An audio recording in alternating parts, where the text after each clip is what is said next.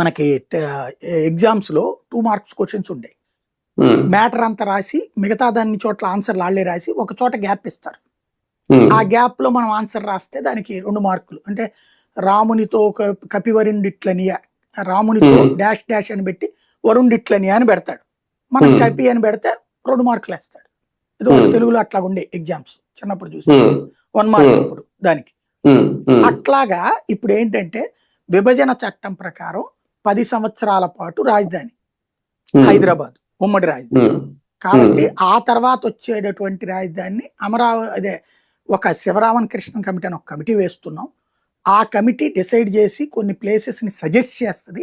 Next ప్రజల చేత ఎన్నికయ్యే రాష్ట్ర ప్రభుత్వం డిసైడ్ చేసుకోవాలని చెప్పారు అక్కడ. అంటే వాళ్ళకి సజెస్టింగ్ బాడీగా శివరామకృష్ణన్ కమిటీని ఇచ్చారు. అప్పుడు శివరామకృష్ణన్ కమిటీలో మంచిది భారతదేశంలోని హైయెస్ట్ ఎక్స్పర్ట్స్ అన్ని రంగాల్లో ఉన్న నిపుణులతో ఒక కమిటీ వేసి వాళ్ళు రాష్ట్రం అంతా తిరిగి ఏ ఏ ప్రాంతాల రాజధాని పనికి వస్తాయో ఒక రిపోర్ట్ ఇవ్వాలి. ఆ రిపోర్ట్ ఆధారంగా ఆంధ్రప్రదేశ్ ప్రభుత్వం నిర్ణయం తీసుకోవచ్చు అని చెప్పారు. ఆ కమిటీ దొనకొండని చెప్పింది. ఆ కమిటీ రిపోర్టుని కేంద్ర ప్రభుత్వం వేసిన కమిటీ రిపోర్టుని తిరస్కరించింది రాష్ట్ర ప్రభుత్వం.